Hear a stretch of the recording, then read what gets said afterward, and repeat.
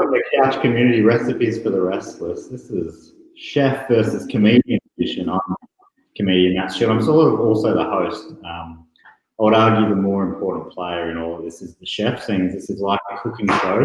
And we're live on the internet. You know that because you're watching us. But let me introduce the chef. His name is Victor Liong, and he's from Lee Ho Fook, one of the best restaurants in the world. Welcome, Victor. Matt, good to see you. Oh, good to see you too. They let me use a knife so far, so I'm ready to go. What are we cooking today? So we're doing a clay pot rice. So the idea is you have a rice dish that's cooked and seasoned with some meat components, but I understand you're vegetarian, so we're going to go through that in a mushroom kind of fashion. So off we go. Yeah, great. I'm a vegetarian. Thanks for bringing it up. It's pretty important that people know that. How do you know if someone's a vegetarian? Don't worry. Victor Leon will tell you on a live stream internet. Hey, you started out as an accountant. You're going to do accounting when you were at uni, and then you just took a side step into cooking. Tell me. Well, funny thing is I did a business management degree, and I thought that marketing was going to be pretty easy, but I ended up being a real shit marketer. So I figured I'd just fill out the units in accounting instead, and it was just a little bit easier, but I still can't count. So that's why I cook for a living now. Okay, that makes sense. All right, pass that first test. I also did a little marketing at uni and sucked at it. So I already feel like I'm bonding with you. Dude, it's we're the same person with a different haircut. That's all we are. Yeah. The other thing I should tell you is I'm not a very good cook. I can heat things up, so hopefully that'll come in handy today. But you're gonna talk me through it, right? There's a bunch of people watching. Some of them are probably almost as good as you at cooking. Some of them more like me, an absolute beginner. But this is the kind of dish that most people are going to be able to put together. Yeah, I think I created this dish so that if the margin of error and success are, you can succeed in this. Nothing's going to be too horrible. Just follow the instructions. And also, it's a nice technique to know how to cook rice in this manner. And it's a nice dish because it's all in, you put everything in one thing and just wait for it to be done. Once it's done, it's dinner time. Great. One of the first things I was told in preparation was we have to soak the pot. Yes. And if you don't do that, so the viewers at home haven't done that, is there a way you can quickly do it? Because you were telling me if you don't do that, it will explode. Is that right? Yeah, I think, ideally you'd want to soak this before. It's just because the clay pot that we're cooking it in is porous, and it kind of eliminates the little air pockets in there for it to expand when you're cooking over direct heat. But otherwise, just use a little pan. That's fine. I cook this in a pan with a lid. If it doesn't have a lid, just find a plate that kind of fits your pot, and away we go. We can achieve this. It feels like the clay pot is a bit of a sham. You can just use a pan, you're saying. Well, it's apart from my investment in Flight Center this year, I've bought a little bit of a share in this clay pot company, so got to get paid. Okay, all right. Well, everyone get out there, buy a clay pot. Very important. All right. Well, should we get cracking, or do you want to talk more? I'd just like to hang out with you, really, but I guess we should do some cooking. Yeah, I think we'll start a few things. We'll do. You're doing the mushroom version, so let's address that. I'm going to do the chicken version, so I'm going to have double the amount of work that you do. So I think I'll get you to cook along at the start with the mushroom components, and then I'll kind of speed through the chicken components, and we'll check in incrementally, and hopefully one of us is funny and one of us can cook. So we'll see how we go. I think so far you're doing the heavy lifting on both of those, but I'll try and keep up. Oh, come on. You're the funny guy. You're the host, I'm very hard to wrangle, I've been told. So so far, so good. Hey, what's your favorite kind of mushroom? I have to say these guys, Baby King Browns, or I like the daddy version of this Baby King Brown. He's equal parts meaty, versatile. It's a fun mushroom. Yeah, that's right. Look at it. It's cool. The beauty. Can I just eat it? Is it they're that sort of edible kind of mushroom? Yeah, absolutely. You know, you don't have to shave it up and yeah. Yeah. Right. All right. There you go. I'm pretty good. You Yeah. are a good. Like and subscribe for more content like this. I've always wanted to be a YouTuber. Not. So yeah, for those at home doing the mushroom version, so we've got baby king brown mushrooms that look like this, and some shimeji mushrooms that look like little versions of these, like kind of a large stalky enoki mushrooms. Fun fact about mushrooms is you can't actually overcook mushrooms. It's just how their kind of cell structures worked out. So with the shimeji mushrooms, you just want to tear them up. You don't have to tear them up into absolutely every individual piece, just kind of right-sizing. These shimeji ones out of my shower in my rental property at home. So that's one way you can save some dollars if you like. Foraging, it's, you know, we do what we can in these times. Okay. So do you want to, Matt, you have like a little kind of slightly dirty base layer. You just want to kind of cut that off. Okay. But keep it together so it kind of stays, the mushroom still stays together. You can discard that root and then kind of break it apart. You want it to be the size of your thumb, ideally. So that's too much.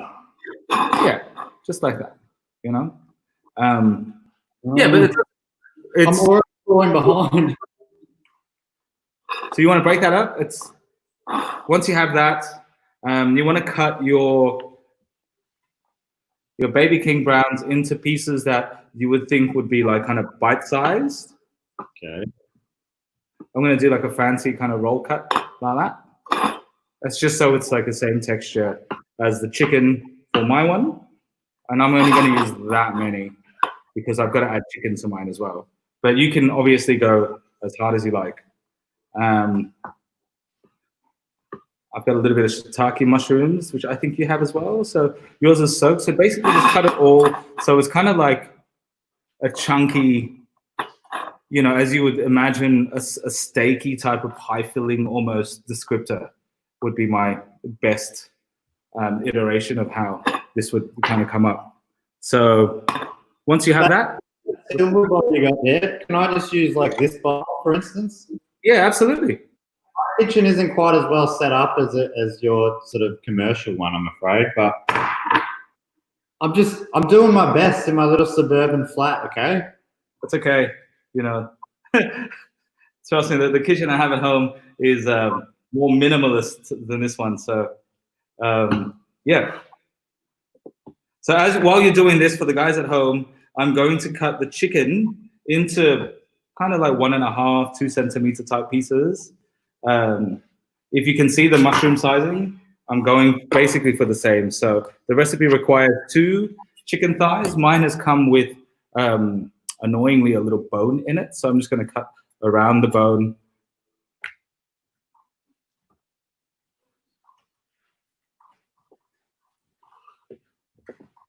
And then these chicken pieces, I'm going to cut into kind of the same size as the mushrooms, really. And then once you cut that, put them into a bowl. Important when you're prepping chicken and raw chicken is you don't want to contaminate the rest of it. So once you've finished your chicken prep, you want to scrub your board. So I'm just going to run off to the sink. Off to you, Matt. All right. Well, so I still am struggling with the mushroom round. So I put the mushrooms in as much as I think you should. I think my favourite mushrooms are the ones that they had on Mario Brothers that made you bigger, but they didn't have them at the shops. So, what's that guy called? Something, isn't he? Can't remember.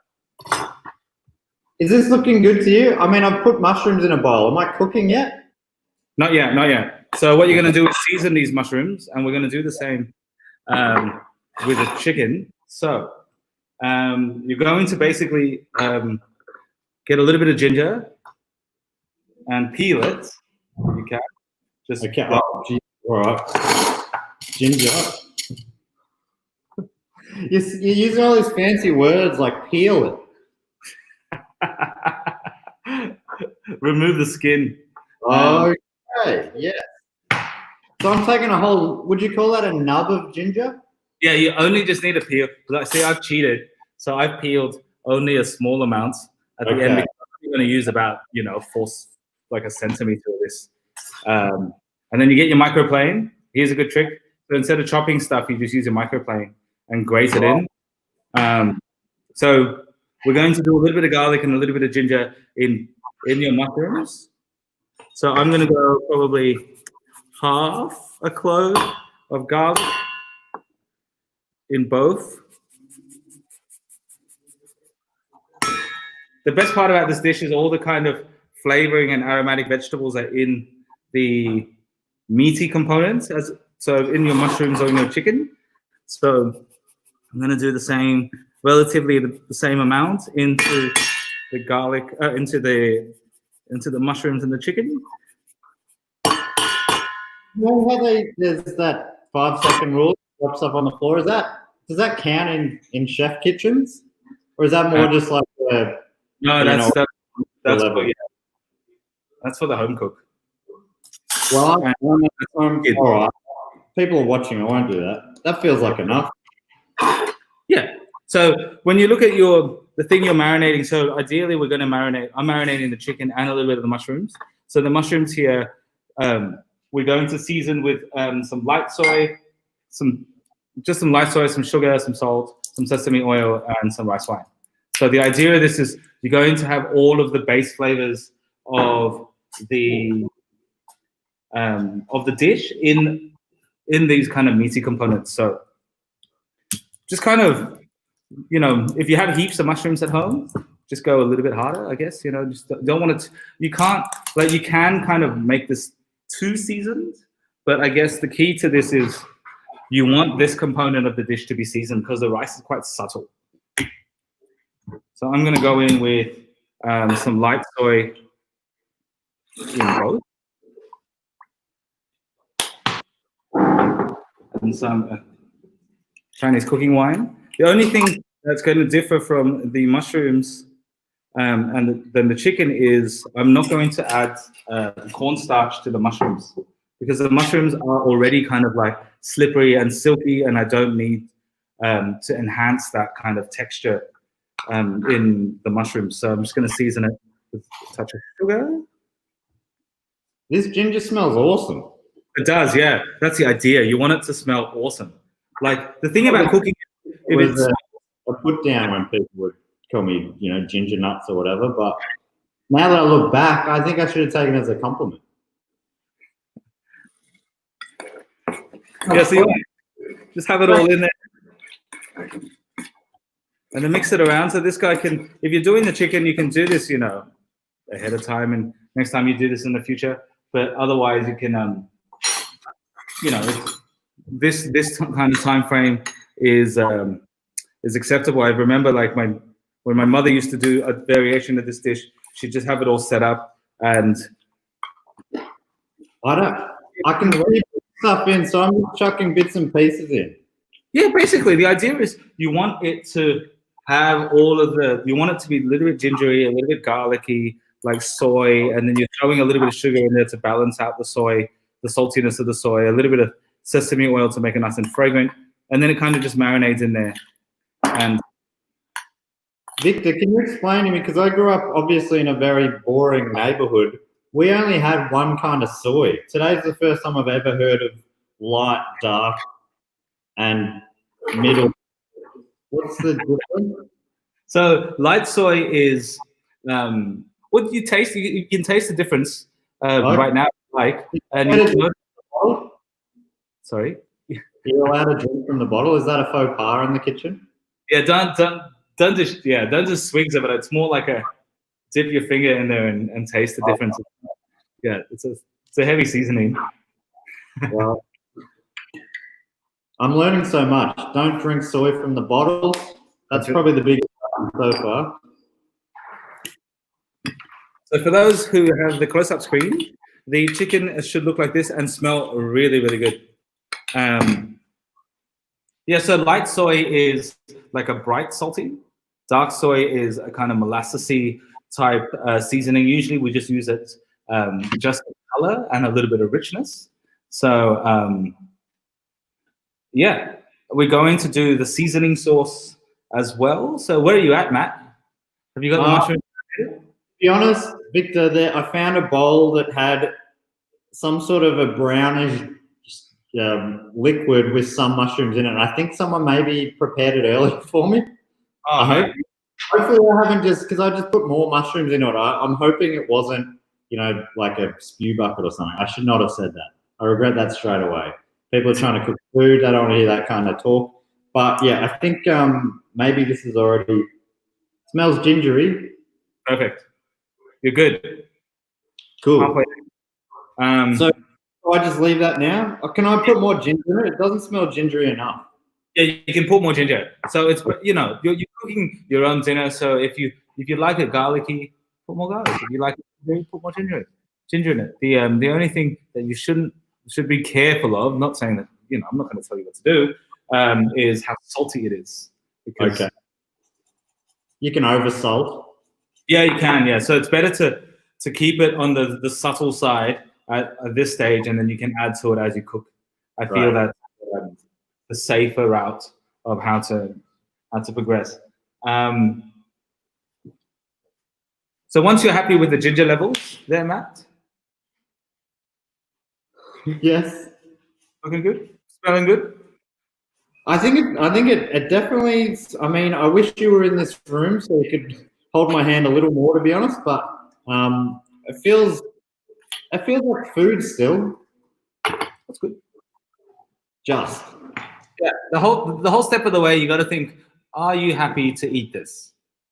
That's the journey we're on. The second you go, oh, I'm not sure about that, I think we should backpedal and start again. I mean, backpedal on this. I've got a lot of liquid still in this bowl. Am I meant to get rid of some of that water? Yeah, it's fine. Look, we will. Oh, actually, no. What you've got is you're soaking your dried mushrooms, aren't you? Yes. Yeah. Okay. Get rid of them. I might be doing it wrong. I've made a huge cock up. No. I've just completely forgotten that you had to. Yeah. You've got the dried shiitake mushroom soaked. So, do you have your other mushrooms that are cut up? Yeah, I put them in. I just chuck them in. Yeah, cool. Okay. Backtrack. Do you want to drain that liquid? Yep. Yeah, drain that liquid because it's just the soaking liquid, and then go through the steps of seasoning the mushrooms again. So a little bit of light soy, some sugar, some garlic and ginger if you want, I guess. But you don't need to just drain off that liquid as best as you can. You can leave a little bit in there because you're not adding that to the final dish. It's just going to kind of marinate in. It's amazing that I don't know my way around my own kitchen. Clearly, this is my kitchen. I put these spots on the wall myself, and I've just forgotten where all the stuff is. Oh, no, I was going to say, where did you learn how to decorate that kitchen? Ralph magazine? Yeah, well, hang on a second. Ralph magazine. That's a great reference. Drawers have gotten harder. The modern age, they used to have handles when I was a kid. These ones are bouncy. Stay. Okay. We did it. All right, so I've drained it now. Sorry, I thought I'd cheated and skipped ahead, but I actually cost us some time. So I've drained the water out. Yeah, so you're draining the water out, and you're just going to just season that again. So put a couple of tablespoons of light soy in there, maybe 1.5 teaspoons of sugar, a little bit of sesame oil, and then kind of smell it. It should smell a little bit gingery, a little bit garlicky. Yep, just roll with that. All right, 2 teaspoons of light soy. Yeah, put 2 of those in there. Yep. And then go with the Chinese rice wine. Just go with, say, 2 again. Won't hurt. That's it. 2 again. Is this the rice one? Is that a drinking wine as well, or just for cooking? No, it's a cooking wine. It's got probably about 4% salt, 5% salt. So it's going to be like not salty, but not pleasant for you to drink. Great. All right. I've got the wine in there. I've got the light soy. There's ginger in. I've got a fair bit of ginger in there. Yeah, you put a couple of drops of sesame oil in there, and it should just smell and look ready to go. So you're not putting the starch in there because the guys at home that have the chicken, you put just like a teaspoon or so of the cornstarch in there, and then mix it around so there's no lumps, and it should have this kind of milky, sticky-ish consistency, and that's going to help it be nice and succulent as we cook it. But for the guys at home doing the mushrooms, you can just take that step away. Succulent. Are we gonna? Chicken gets succulent. What do mushrooms get? Do they get succulent as well? Yeah, they do, because they're already, once you cook a mushroom, it's nice and soft and slippery. It doesn't need the assistance of the cornstarch. So it's naturally. Succulent Chinese meal we're making, is it? Sorry? Is this the succulent Chinese meal we're making? Absolutely. Oh my goodness. This is all my dreams coming true. So Matt, you can put that aside to kind of rest up. We're gonna go and make a seasoning sauce for this whole dish at the end. So you're doing the vegetarian version, so you're not going to add, you follow the recipe, you're not going to add the oyster sauce. For the guys at home doing the chicken and sausage version, we're gonna start with about a teaspoon of oyster sauce. Not soy sauce, oyster sauce. This is gonna give that background umami. And then we're gonna go for a tablespoon of light soy sauce, because this is going to give you the kind of bulk of the sauce. So for you, Matt, you're going to go light soy with the same teaspoon. Go like maybe two of those with light soy, one of those with dark soy, and then like maybe a half with the sugar. Okay. Some sugar. We've got a viewer, Emily Bennett, asking if you can use a clay pot more than once. They're not disposable, are they? No. Yeah, you can absolutely use a clay pot more than once. The idea of it, it's a nice kind of like a Dutch oven, but kind of very snug one. So you can braise in it. You can braise in it. It's got a nice gentle heat. You'll see how it works as we cook with it. You can you can cook it over charcoal quite intensely, but once again, if you haven't used it for a while, you want to soak the guy, just so that the idea is the water needs to moisten all the kind of porous air pockets, because if the little air pockets get too hot, it'll crack. Yeah. Great question, Emily. Apparently, there's also a few of my podcast listeners. Hello to the Do Go On listeners watching. What a pleasure to have you on board, watching me in my natural element, the kitchen. I know my way around. I love it. Look at all these things I've got here. Cheers. Cooking. So, Matt, recap. You should have your mushrooms. Yes. Marinating. You should be working on your little kind of drizzle sauce that we're going to add to the end. It's looking very. The sugar's still in there. In the grains, is that right? Yeah, it'll dissolve, because we're going to use that last. So once you kind of just get it stirred together now, you will. Yep. It'll all come together towards the end. So we're just incepting the idea and then bring it all together at the end. You would have apprentices at some of your restaurants, obviously. Where do I rank compared to some of them? Am I sort of up there in the higher? I'm going to offer you a job after this. Yeah, great. I accept. Yeah, fantastic. You start tomorrow. I quit. Have I ruined cooking for you already? So, Matt, we're going to start with the rice portion of this now. I think that's where we're at. Now we're getting to somewhere uncomfortable. Yes.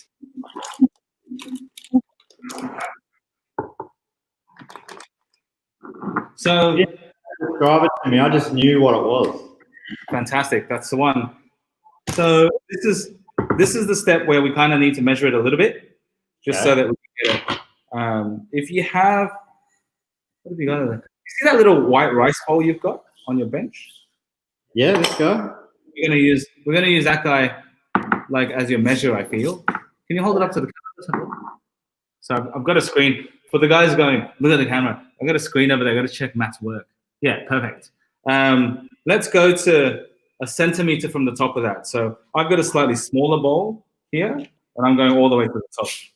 And then when you pour it into the clay pot, I've got it so it comes up about a third, give or take. Cool. All right. So once you've got that, we're going to wash this guy 3 times just to get the starch off. So you're just going to go to just run it under cold water. I put it into the pot. Yep. So you're going to fill this guy up with cold water, slosh it around like a starchy white liquid will form, and then drain that off, and then start that process again. So you're going to do that 3 times, and that will get your correct. So you meant to. Why do you have to drain rice? Rice sort of does it maintain some of some dirt or something that you have to get off it? It's got a layer of starch on there, and if you have too much starch, your rice is quite gluey. And you know how sometimes you have, when you're cooking rice, you're not quite sure what you're doing. It's some batches you nail it, and then some batches you're like, oh, this just stuck together in one big cake. It's because of the starch that's in the rice that's kind of cooking with it, but also it's different seasons that you have for the rice harvest as well. So that's why sometimes you like pull it off because it's a drier season, but sometimes it sticks together like a big squishy cake is because you're getting it too new into the season, they call it. So the process with this is we're going to fill this up with cold water, slosh it around, rinse it off, put it back in there. So rinse the rice 3 times. I'm going to the sink.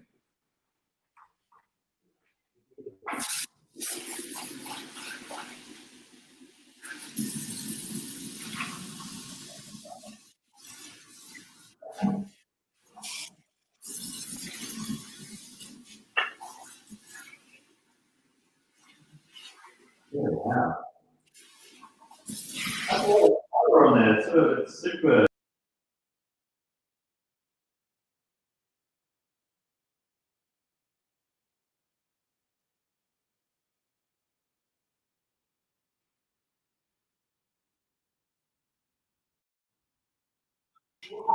Sieve. Okay. Yeah. So keep it in the sieve because you need to cook.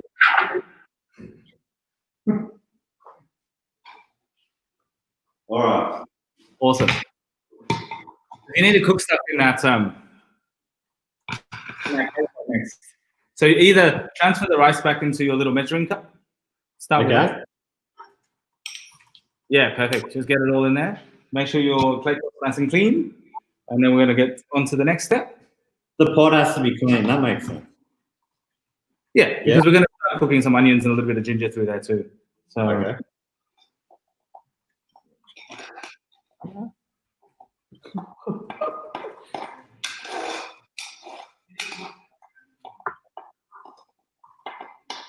People assured me that this was sort of a foolproof thing to do, and I think I've proven that is incorrect. I feel like I've mucked up every stage so far, Victor. Oh, I think it's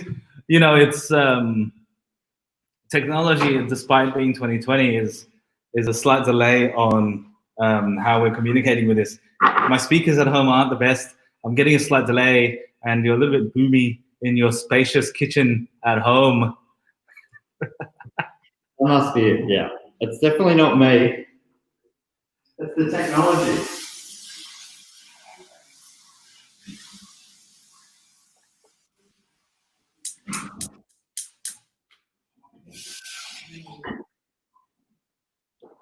All right, cool, Matt. So, turn the burner on and keep it on low, and put your clay pot on top of that. Okay. Yeah, just keep it on as low as it goes. You just want to warm that clay pot up. Okay. As hot as it goes? No, as low as it goes. You just want to warm it up. Even quite the opposite of what I said. Yes, the opposite. Keep the flame nice and low, because you don't really want to be cooking with this in like a full-on direct heat at this stage. You just want to slowly get everything to know each other. Yep. Okay, cool. You got an onion? I do have an onion. Victor, do you want to ask a question? It's me via Laura Group. does cooking in a clay pot enhance the flavor? Arguably, it depends on the dish. I really think that it creates a more gentle crust on a clay pot rice. It's kind of like a paella soccerate. They know it's known as, it's like that, crispy layer of rice. And I don't think it's a flavor type thing. It's because the cooking medium isn't so direct. It gets a kind of more gentle cook on that, so it doesn't, as opposed to like heat on metal, having like conducting at a very kind of reactive temperature. Like we can see that we're kind of heating this clay up in over a low heat, and that's going to get nice and warm, and we're going to cook in that kind of temperature zone, and you can see how thick that is as well. So yeah, I think it's half a technical idea and half a kind of romantic idea and a little bit of tradition, and yeah, it's a pretty cool piece of a kit. So it's like the cooking version of listening to vinyl instead of a CD. Yeah, absolutely. It's definitely it's in that sphere of whatever that is, like weird nostalgia meets I don't know, like a romantic idea or something. So yeah. Sweet. All right, I found the onion. Yeah, peel it and cut it in half. Okay. Peel. Any tricks to peeling it? Well, I cut mine in half first and then peeled it. Okay, and so you're half as you normally go like through the guts, right? Rather than split. Go through the top down. Not the equator, the other axis, the vertical axis. Line of longitude? No, yes, longitude, correct. Oh my. Jeez Louise. This is a big old onion you've hooked me up with. Come on. So once you peel it, for those at home watching Matt struggle, we're just going to cut it small as you can. Doesn't have to be too chefy because this is all going to cook into the rice. Just by habit, I cut it, the way I do. So, yeah, small. If you can, for those guys at home who are nice skill savvy, just cut it the size of your rice because you're going to cook it into the rice. So it's nice to have onions that kind of match the texture and the size. But then if you want to go for a larger dice, it doesn't really matter because by the time it cooks down, it'll melt into the rice mixture anyway. Once you have not crying while you're doing it. Sorry? Do you have any tricks for not crying while you cut onions? Just go fast. Go fast. Okay.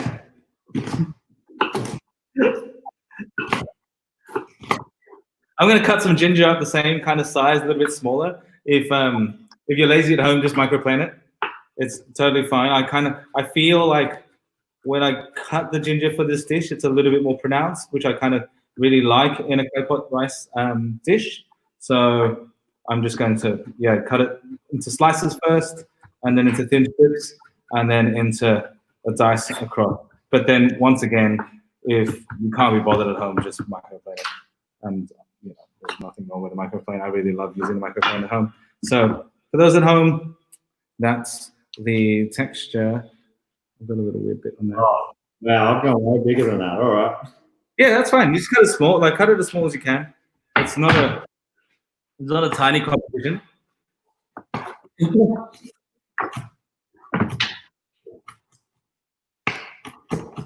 All right. Do you normally a lot of when you're cutting, you start with say half an onion and then you lose about a quarter of it on the floor? Is that normal? Yeah, it is at the early stages of cooking. We call that wastage. Okay. Collateral damage. I worked in the kitchen once where they said the first rule is do not defy gravity, and I didn't know what that meant. And until the chef was like, it's because you keep dropping shit. So yeah, right. So yeah, very emotional. Rule 1: don't defy gravity. Oh man, awesome! All right, so we're gonna start cooking this rice. So you're gonna put probably about 3 tablespoons of vegetable oil into the bottom of the clay pot.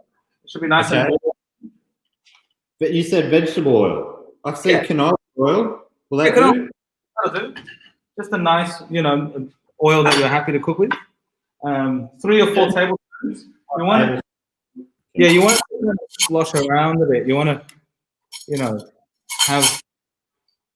have enough in there to kind of fry everything off. So I'm going to put all the onions and the ginger in there, and it shouldn't sizzle. It shouldn't be too noisy. It should sizzle, but not as you would imagine, like say when you're frying something super hard. So. Right. What kind of thing do you use to dish it around? Is there rules with clay pots? You use like silver? Silver stuff's fine. Yeah, I just use a spoon. Right. Sophie Shooter's got a question for you, Victor. She asks, does it matter what type of rice you use? Yeah, well, it works most rice. I feel that kind of a medium to short grain rice works best. It doesn't work so well with basmati rice because you want this to kind of stick together. But then, if you use like an arborio rice or like a kadaspara rice, then you're going towards something like a paella, which it will work in this setting, but it's going to give you a slightly different result. So, but the best rice to use is like a jasmine rice or a medium grain rice or sushi rice. I cook with jasmine rice a lot at the restaurants because I really love it in a broader spectrum. But at home, I use a lot of sushi rice at home because I like that toothsome, slightly stickier texture. And it doesn't stick in the bottom of my rice cooker as much as jasmine. I'm lazy at home. That makes sense. Well, Victor, can I own up to you for a second? Yes. When you said to put it on a really low heat, I put it on so low it turned itself off. So mine hasn't been warming up. Should I turn it up hotter to make up? Yeah, just put it on medium, like a medium low, so long it's on. It should just, gently kind of stew and soften in this oil. I'm going to give you a close up. I reckon cooking onions is one of the best smells in the world. Dude, this is awesome. So don't forget a little bit of ginger in there as well. I'm going to season this a little bit with just a bit of salt to bring the moisture up. So when you season with salt at this stage of the cooking, you bring moisture out of the ingredients that you're cooking, so the onions and your ginger, and it stops it burning and caramelizing so quickly.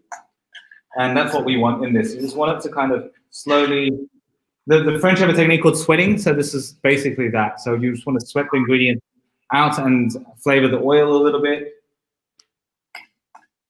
So once that is kind of soft and see-through and kind of all one kind of texture, you'll probably be there in about 3 minutes. So I'm just going to wait for you, Matt. Yeah, great. So I'm just chopping up real small gingers. You can just use a microplane, to be honest. Okay. Yeah, great. That does sound better. Do you have a chef hero, Victor? I have a few. Yeah, I have a few. Australian chefs. A lot of old guys. I really respect guys like Neil Perry and what he's done through his whole life. The guys at Flower Drum, a huge fan. They're 48, 50 years on, going strong. A lot of young guys doing some really cool stuff. Josh Nyland at St. Peter, really, admire his type of work. Khan from Sunda in Melbourne, I think he does really, really good work. It's fun to be in an industry where everyone at all levels is very inspiring, and also very stylish. So I feel that's the same in comedy as well, I think. How do you feel about that? The stylishness of comedians, broad. Like all the old guys are good, some young guys are good, you know what I mean? Like some popular mainstream guys are good, some underground guys are good, and it makes you it drives you to a certain style yourself that you're comfortable with. I think it's the same with food. I think there'd be a lot of parallels between the two, actually. Yeah, now that you mention it. That's it, and probably in the same way, like people inside the industry have a much broader appreciation for different acts or chefs that aren't so well known mainstream. Like some of those people you just mentioned, I don't even know. I should look them up. But I know like Peter Russell Clark, Huey, or whatever. Ambient. Yeah. The English guy swears a lot. Gordon Ramsay, yeah. But that's, once again, that's like, that's like comedians, like you could be like, you mentioned guys, like, for example, can you give me a list of, say, five comedians that, have from past and present that you really admire the work in? Yeah, someone asked me this recently, who's some of my people I look up to the most. I'd probably say when I was a kid, Anthony Morgan is an Aussie comic who was the first one I saw on TV that made me go, holy shit, what's this? And then as I've been grown up into it, Dave Quirk and Judith Lucy, and then some Americans like Rory Scovel. Yes, there'd be a bunch. I imagine you would probably know some and not others in the same way. Everyone's, because it shapes and defines your style, and I think it's in anything creative, you're still trying to figure that out yourself, and you're looking at things, and I guess it changes all the time. But yeah, absolutely, I feel it's the same. Anything that's like creative and people ingest and have a lot of pleasure with immediately, and it feels like it's like if you do a show that the audience needs to be there on the day to really appreciate it, but then obviously as it plays on in YouTube or whatever, later on it you can still appreciate it. But it's kind of like food, like for me, I have to like unfortunately I have to cook at the restaurant, and you have to come to the restaurant to enjoy it. But then also, like, if you're subscribing now, you still get a gist of what I'm trying to create, and if that kind of influences you, inspires you, or makes you appreciate it a little bit more, that's part of the process, I guess. Yeah, that's cool. Yeah, I never really thought about that. If someone wants to eat your food, you have to physically make it for them. But you are sort of, I guess, if people are making your recipe at home right now, they're sort of still eating your food. Yeah, right? Exactly. That's right. It's because it's my own version, So anyway, we're going back to this. We've taken a pretty crazy tangent, so we're going to come back now. So the onions and ginger should be nice and soft in here.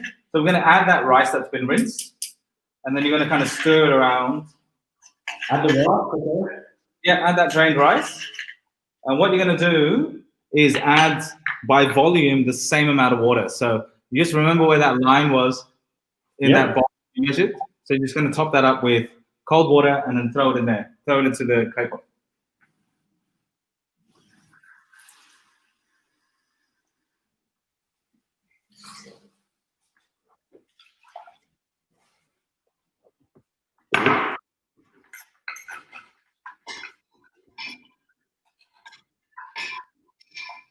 Ooh.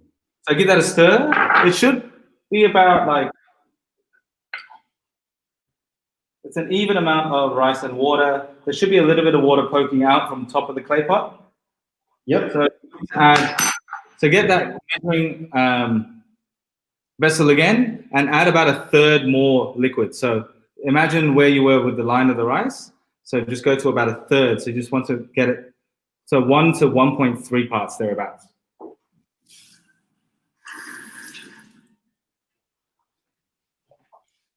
Sweet. I love it. Free pouring. And then you're going to season it. So I'm going to use a little bit of just chicken stock powder because I like it. But if you've got like a vegan yeast powder or a vegetarian stock powder, just throw kind of a generous teaspoon in there. This is going to season the rice. Would this work? I've got this vegetable broth mix. Perfect. Just throw a teaspoon of that in there.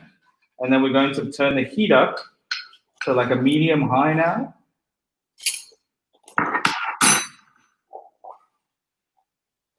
And this, we're going to do this without the heat on, without the lid on. So you're going to stir that in, and then bring that up. And in the meantime, I guess we can cut the garnish, which is some coriander and some spring onions. So I've got mine cleaned from earlier. I'm just going to roughly chop it all because you're just going to top this up. I'm just going to throw this on top. I'm going to do stalks and all. I like quite a lot of this because I feel that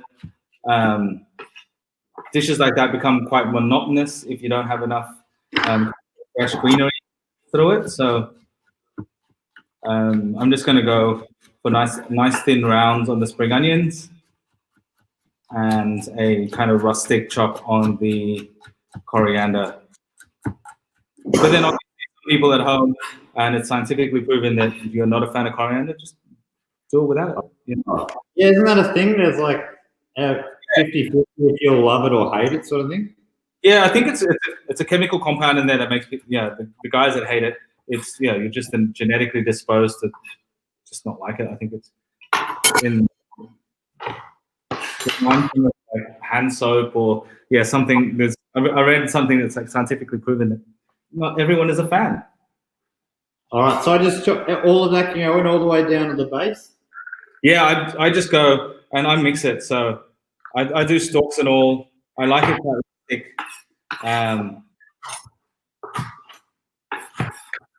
Well, that's the coriander, the little guy. Then what are the other spring onions there?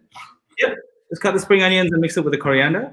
So we get like a little bit of a herb mix, and that's going to give it a nice bit of freshness and break up that kind of monotony that is.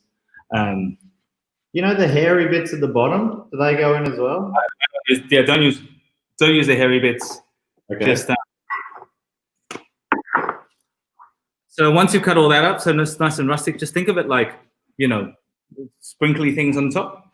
And then I'm going to go through the rest of the garnish. So I've got some really nice kind of tiny bok choy bits here. I'm just going to cut them in half. If you're using that at home, but you can use any other kind of green.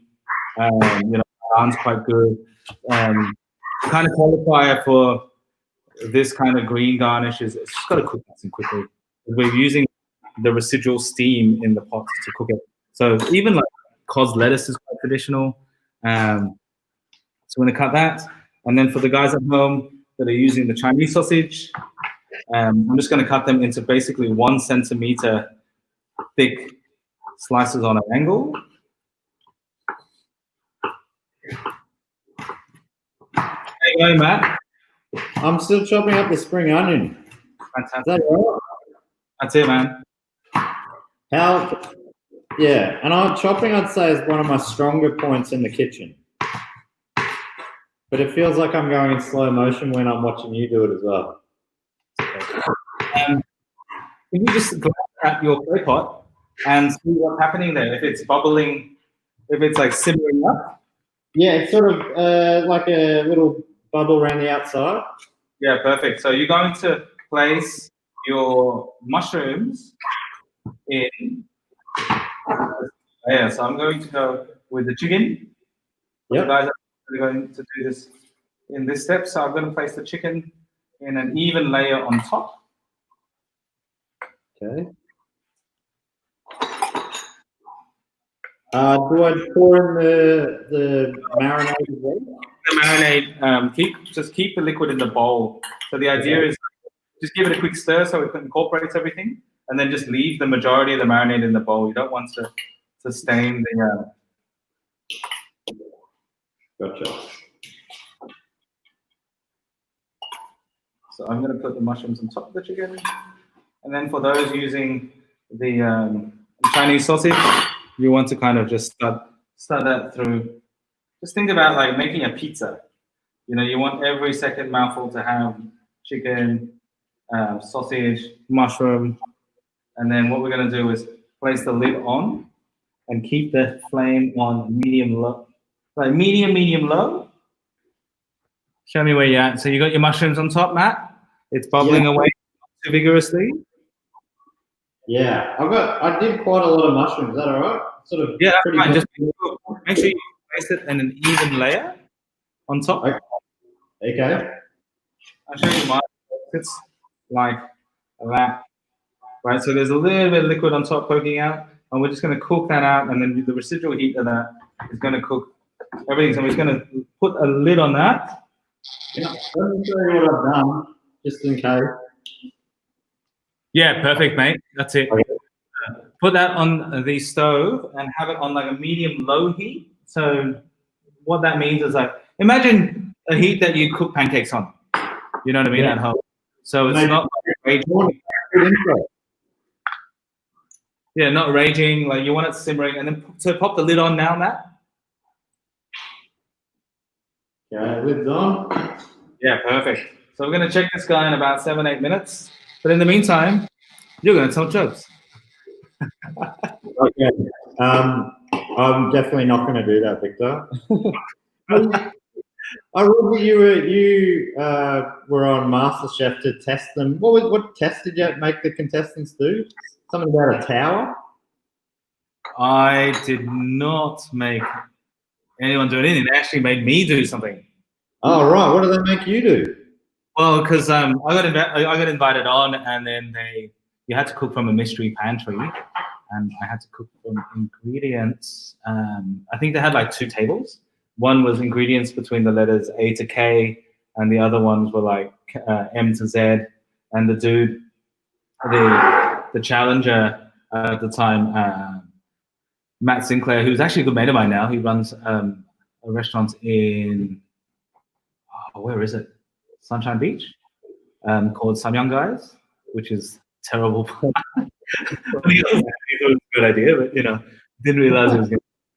But he does great work, and so I was cooking off with him, and so he picked the pantry because he knew it was me, so he devoided me of things like soy sauce, Shaoxing wine, oyster sauce from the bottom end of the bracket. So we had to cook from with ingredients between the letters A to K.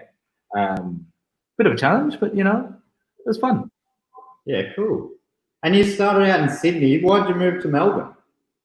I moved to Melbourne in 2013 because the business opportunity to own and operate my own restaurant came up. So Lee Ho Fook and my business partners approached me, and it was the right time. I was 26, 27 at the time, and I was just young and dumb, and I thought, why not? How hard could this be? And yeah, here we are. And I've always you're a star stand-up comedy as well. It was a big year for us. Yeah.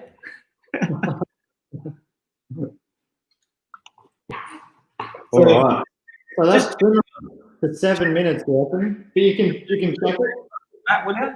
Just make sure it's not like going too quick or like not boiling at all. That's the 2 things. Boiling, mine's boiling a bit, so should I put it on that's as low as it goes though. Yeah, maybe put it on a smaller burner. I've got mine on like the kettle burner, as opposed to the big daddy burner at home in my little kitchen. So you want it so that it's just simmering away, not going too quick and not like going so slow that nothing's happening, because you're using that steam and the residual heat to cook all things, like the chicken, the mushrooms, the sausage, and the rice.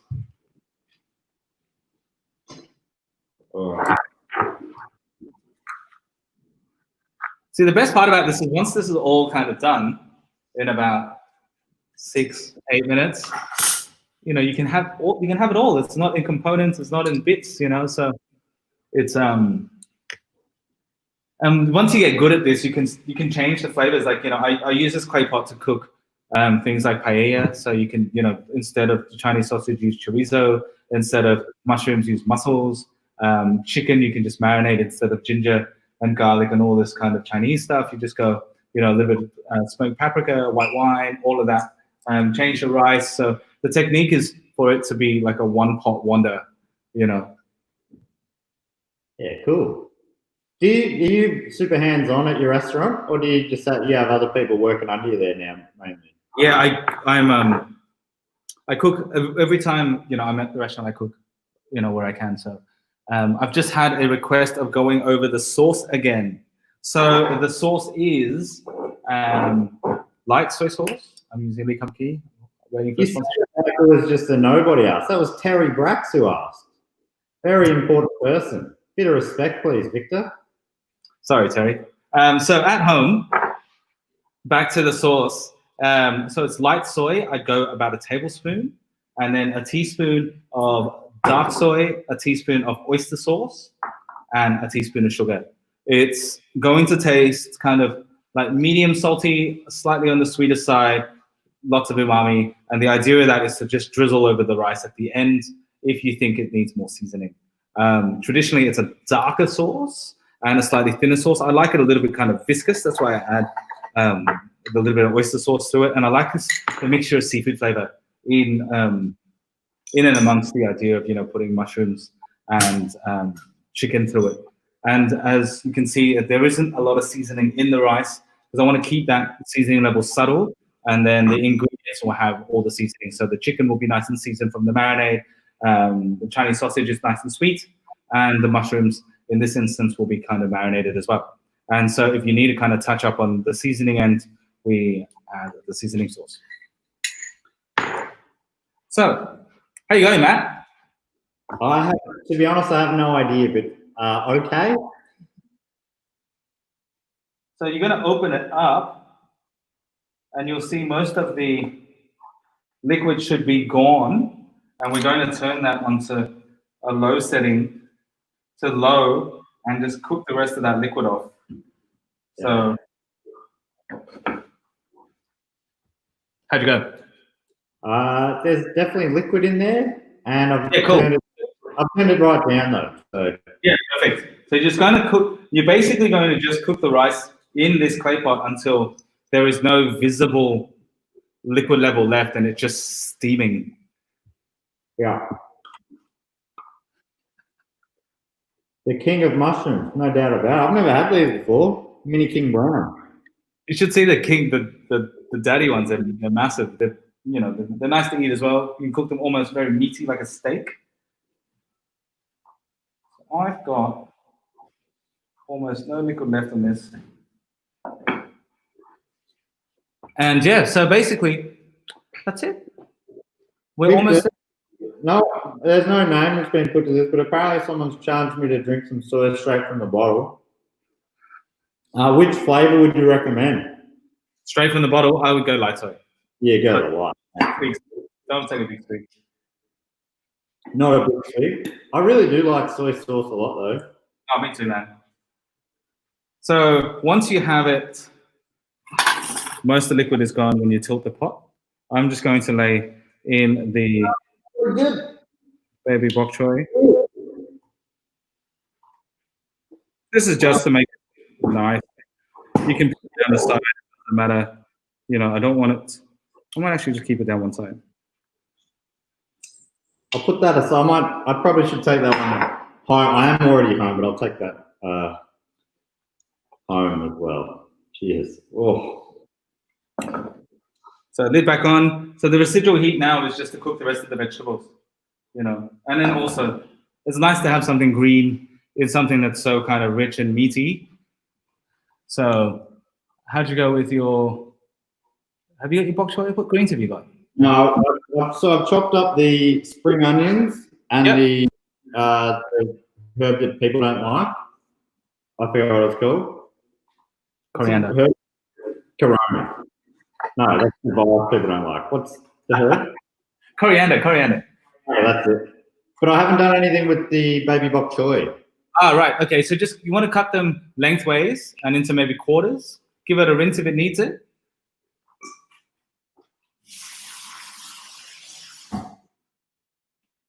All right. Rinse? I reckon rinsing is probably my big skill. I can rinse whatever you like. Oh, dude, me too, man. You should see me with bottles of whiskey. Maybe you could want me to be your kitchen's rinser. I'll just be rinsing. Rinse. I could do that all day long. So yeah, cut them down kind of lengthwise, in halves, maybe quarters. You don't want the pieces too big. You think of it cooking in a space of about 2 to 4 minutes in that kind of window. So obviously whole is going to take longer. So I'm cutting in the line of longitude? Yep, correct. Great. Victor, you're a very patient teacher. I must commend you. So for those at home, I've got it at this stage. Slightly wilted the baby bok choy. There's no liquid left. I'm going to basically take this off and let that sit off the heat until Matt.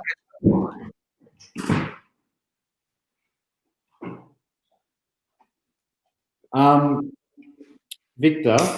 Yes. What do the bok choy just sits there waiting for later? No, so you put it on top in an even layer as well. But I put it down one side of the pot. Yeah, to lift the lid. How's it going? How's your pot going? Is it boiling rapidly? Is it like steaming? There's no liquid left? No, it's chill. Right. That looks like very little liquid, I reckon. Yeah, perfect. Put your bok choy on top. You can arrange it however you want. Put the lid back on. So this is sort of where you get a bit artistic. Yeah, absolutely. All right. I'm going to make mine into a picture. Yeah, great.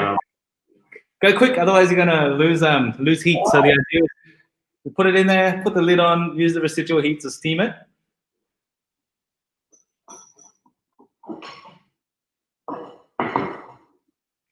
Right. Perfect. Lid back on. And what you want to do now is give it, just finish that beer. Once you finish that beer, you're going to turn the heat off of the clay pot and just let it sit, let it even out. Don't scull that beer though, just let it finish it in your own time. Yeah, it's not a soy. You don't scull beer. Yeah. Soy's for sculling, beer's for sipping. It's one of the oldest rules in the book. I like it. All right, so it's off. That means I'm finished. All done. That's it. You're there. You're there. So all you got to do is, if you got your sauce, your drizzling sauce, and your herbs cut, it's now just a waiting game. Okay, great. Well, maybe it's a good time to ask a question. This one comes from Mark Tran. He asked, "Is there a way to save burnt rice at this point?" That's a good question. I love it. Yeah, that's a hard one. If you burnt the rice, the best way is start again. Or if you got a rice cooker, just like turbo it in the rice cooker. Just take the chicken off, do the rice again. So measure the rice that you would like you would in a rice cooker, and add the seasoning. Turn it on. Once it starts bubbling, put the topping on. You can save it from that point. So just see you later. Like, don't worry about the rice. Just save the chicken and the mushrooms, and just do it in a rice cooker. I do it in a rice cooker all the time. He did specify that he was only asking for a friend. So yeah, that's fine. So pass that on to a mate. Tabitha Pope wants to know what my cooking speciality is. And that's a beautiful question. And I can't wait to answer that with a great and worthy answer.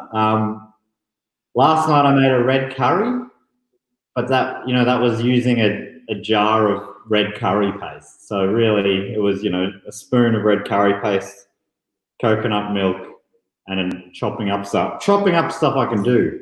I'm more of a heater-upper than a cook, if you know what I mean. I'm a chopper, a mixer, and a heater-upper. Yeah, you'd be perfect. Yeah. Like a salad guy, Salad. I can do salad for sure. I reckon my specialty is probably pasta with tomato sauce, including vegetables, mushrooms, beans. And I have this little, I think this is one of my signature moves. I'll put a little bit of cheese on top. So that's one for people to try at home. Emily Bennett asks, is Lee Ho Fook doing takeaway? We're looking into doing takeaway. At the moment, we're doing delivered food. So we organize a menu that's about 3 meals worth of food for 2 people. We box it all up and we deliver it to you. It's available between Wednesday to Friday, delivered, or you can pick it up from the restaurant. All the details are on our website, leehofook.com.au. I built that online store by myself, which is hilarious. During normal times where there isn't a global pandemic on, do you normally do deliveries, or is this just you've had to I feel like, it's with the takeaway, we're a city restaurant. All our clientele have started working from home. So we just thought, if you can't come to the restaurant, we'll just bring the food to you, and that's worked out pretty well. But I think it's, the restrictions should be easing soon, and we're just going to navigate that as they come. But at the moment, we are doing delivered food, and you can pick it up at the restaurant. Nice. Lockie O'Connor's got a question for you. Have you ever had any kitchen disasters? Do you have any kitchen disasters? All the time. But then it's also like, because there's different skill levels. It's just like, it's very much like this, like it's varying skill levels, communication problems, misunderstandings. I think the last kitchen disaster was, someone was emptying a deep fryer and forgot they forgot to put a pot under it and just dropped like 30 liters of oil all over the kitchen floor, which is annoying for them. Yeah, it's annoying. It's, like if I came to your house and dropped 60 mils of oil on your kitchen floor, that's annoying. Times that by. So. When you mentioned deep fryer, I thought you were saying like your 16-year-old just accidentally dived into it or something. But no, it wasn't. Yeah, it's never been like a safety. Obviously, there's a couple of in my career, there's a few instances where things have gone awry, but nothing. Thank God, nothing in my kitchen has caused anyone to go to hospital. But just a lot of mess. I think that's the biggest disaster. So. Don't look at my area here. You've kept it real nice and tidy there. I don't know how I've made such a mess. Maggie Wong asks, will the clay pot make a crust at the bottom of the rice? Yes, absolutely. That's the idea of cooking in this clay pot. So the gentle cooking and the kind of thickness of the cooking vessel has made it so that it heats a nice little crust. So I'm just going to rearrange my bok choy around, because now that it's steamed and like Matt gave me the idea of making it artistic, I was like, oh yeah, that's a good idea. I'm going to few things for me today, Victor. I'm copying you, Matt, from across the city with your IP and claiming it as mine. Hey, I want to see that. I don't even need credit. I look forward to your customers enjoying it. Could be a real game changer. So I think I'm good, Would mine be ready now? Yeah, I think so. I think the key is like, just taste a little bit of the rice. If it's like not like chalky, it's pretty good. No, I need a little bit more. I jumped the gun.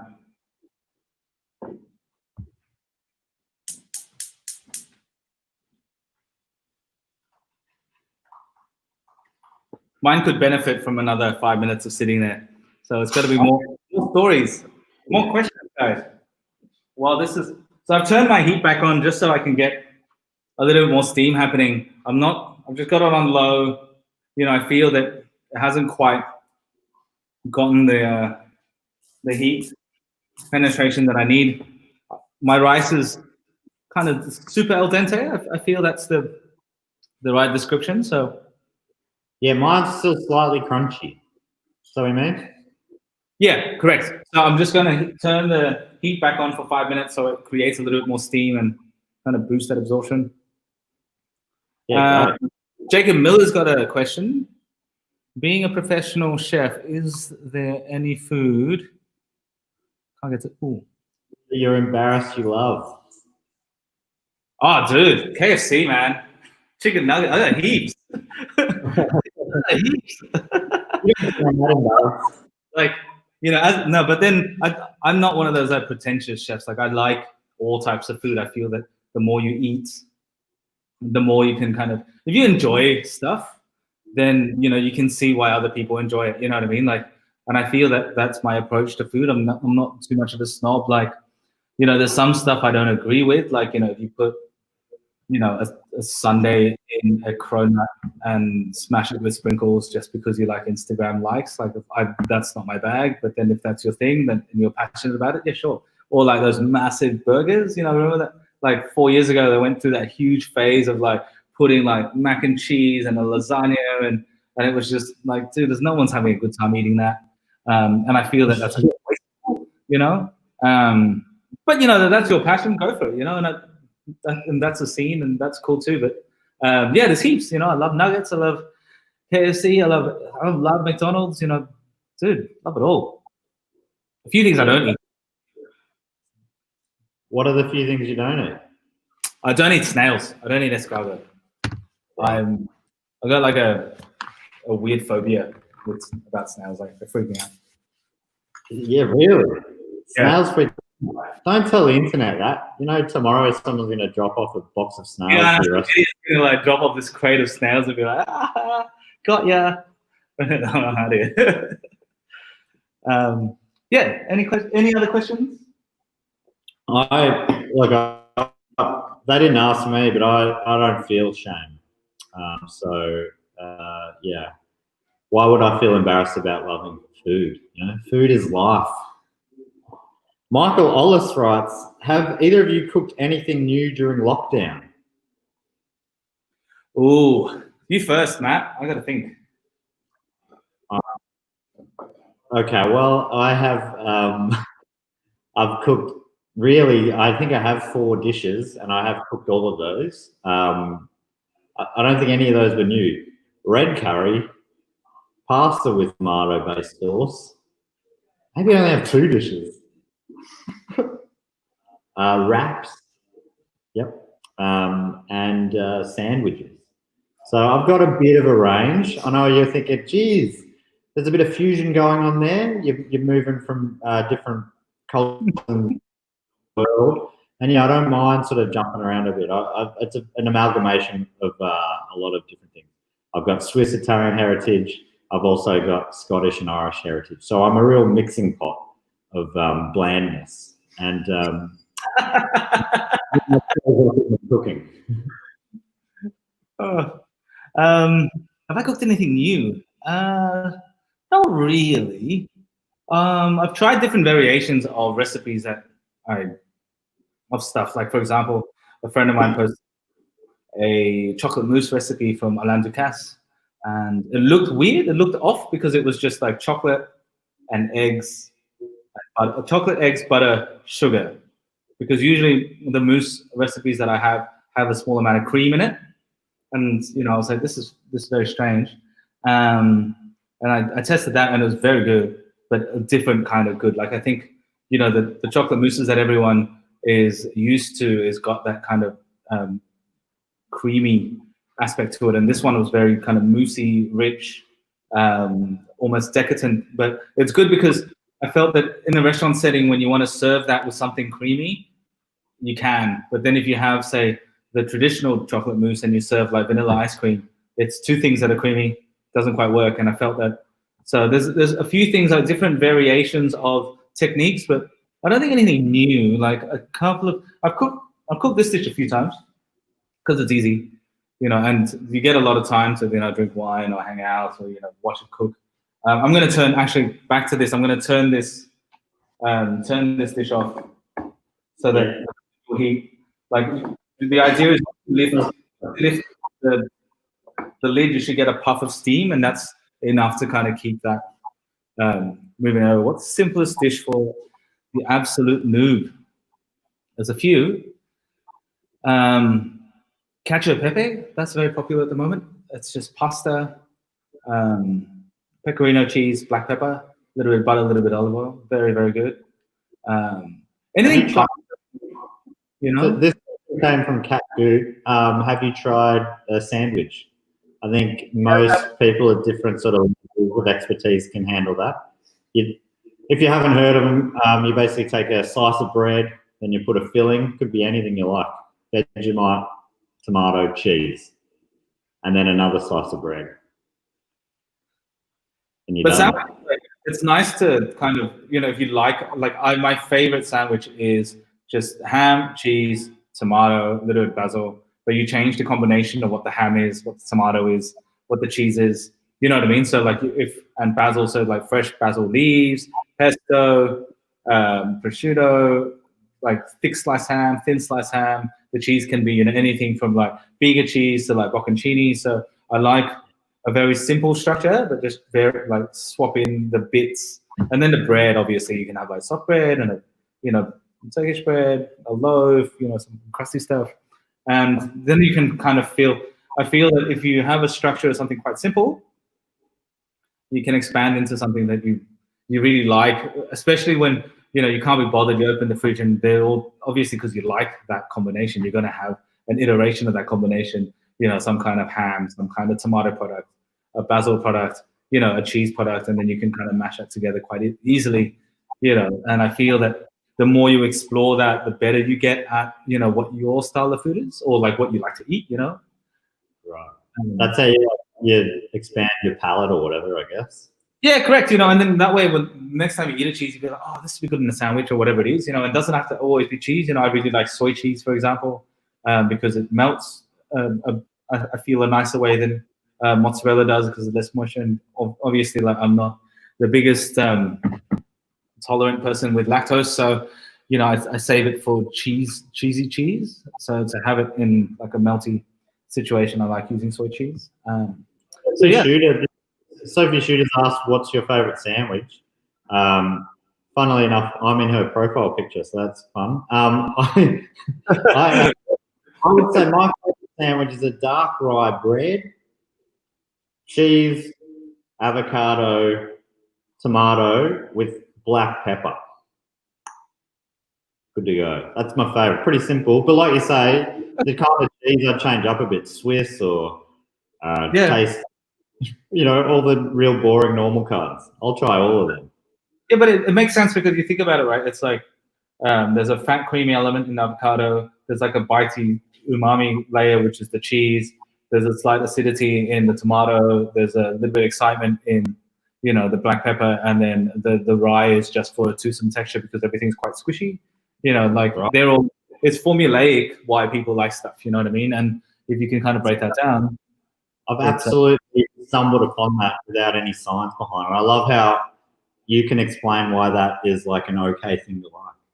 Yeah, but also like it makes sense because that's the same formula as like a pizza, you know what I mean? Or like a ham cheese tomato sandwich that I love, or spaghetti bolognese. They're all like, there's a reason why people love them. Like a Big Mac has got the same 4 ratios in there, but in different degrees of why delicious is. And I think we've been around and eating a lot for a long time. That there isn't, there's not when someone comes out, oh, hey, look, here's some weird like walrus steak, like get on this. Like, nah, man, I'm good. What about walrus steak? That sounds interesting.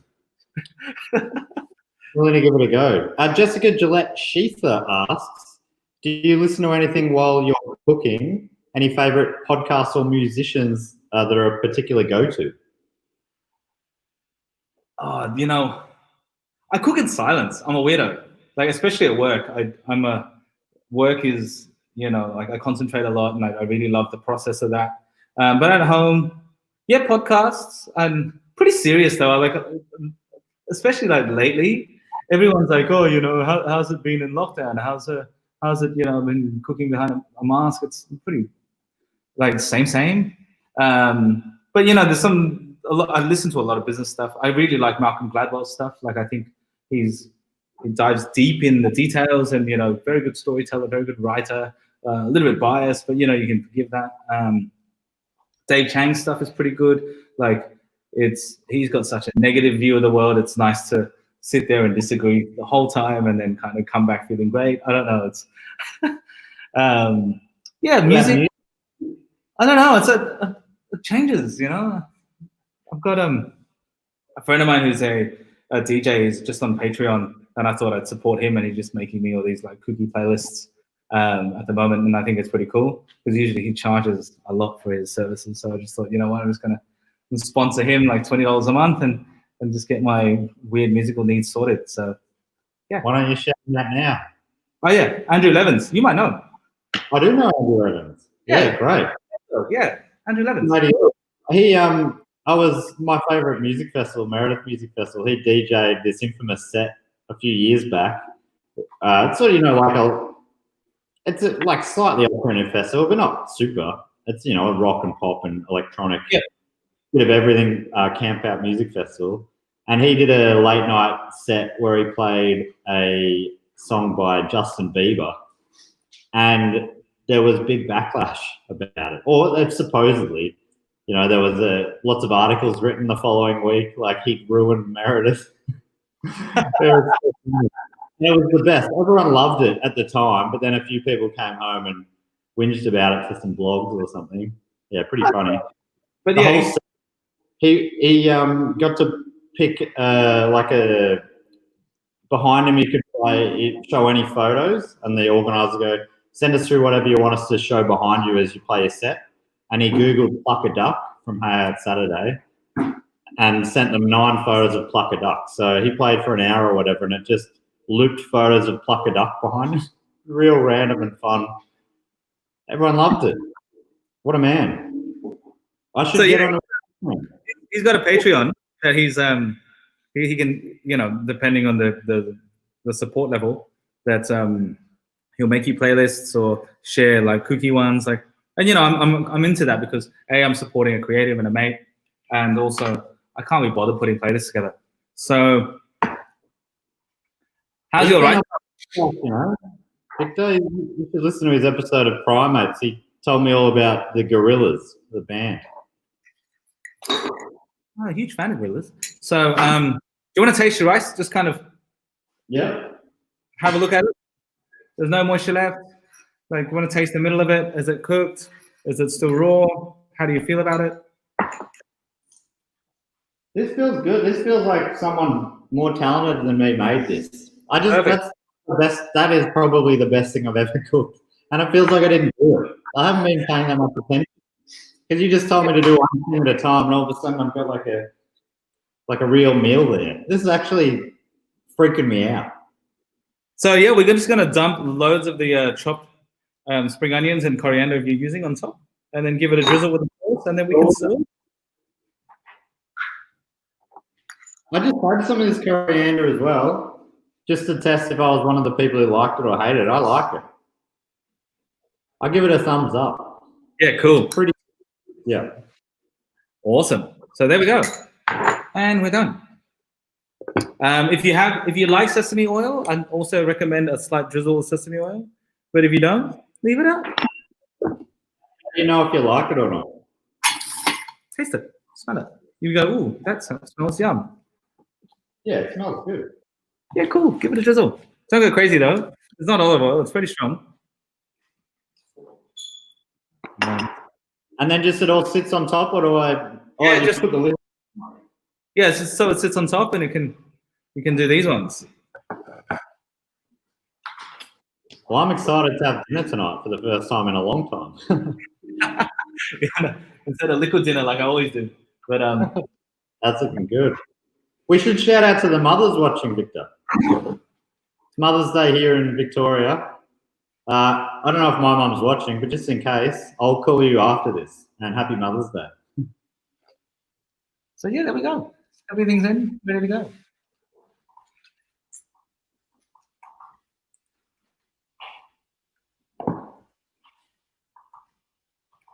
Yours does look from here.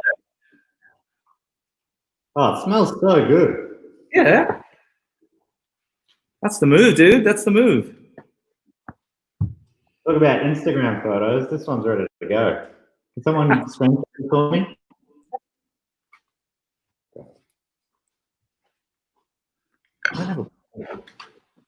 So we've done it. We've just been cooks for a whole afternoon.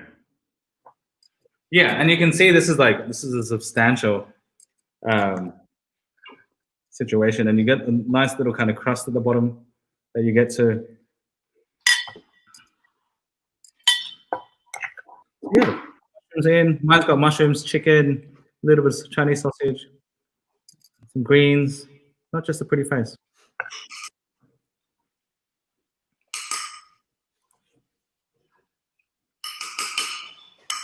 Yeah, not bad. It's very hot, like temperature hot. Oh man, this is so good. Good game, Matt. Well played. Thanks so much for showing me. Genuine honour. What a pleasure. So tomorrow I rock up and I've got a job. Is that right? Yeah, dude. You start at 10 a.m. First job to be box of sales. I'll see you out today.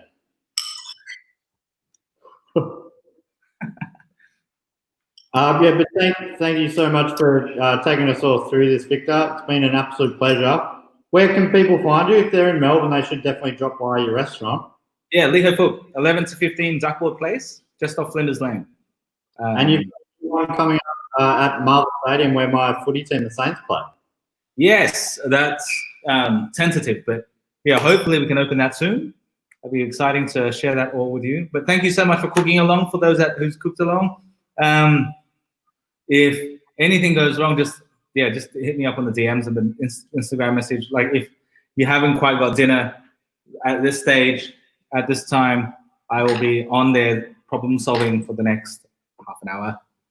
Yeah, and if you don't think Victor probably has the expertise to help you out, feel free to DM me on my socials, and I'll give it my bloody best go.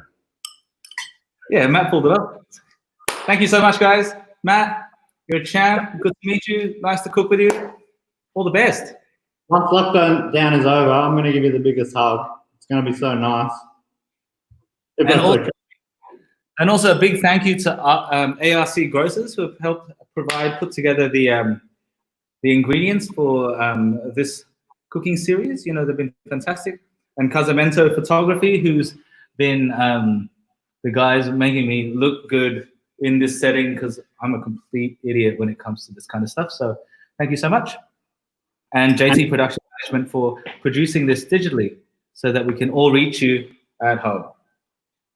Was that you? Are you supposed to say this, or am I supposed to say this? You're so much slicker than me anyway. You're doing all the work. So I'm really just here as a passenger, and it feels good. But thanks everyone for watching Recipes for the Restless. It's been a real fun time, and there's more of these to come. So like the page. The notes are up on the screen there. Sunday, May 24th. So it's going to be a great time making. Let me have a go at this, and then Victor, you can fix my pronunciation. Okonomiyaki. Ah, okonomiyaki. Yeah, awesome. That's a fun one. Yeah, okonomiyaki. It's a Japanese pancake. Yeah, loads of cabbage. It's actually very good for. You should tune in, Matt. Vegetarians, primo. Really good. I'll be there. I'll be there hammering the comments. All right. Well, thanks everyone for tuning in. Definitely come back and check out the 24th. Happy Mother's Day. Happy Mother's Day to everyone out there.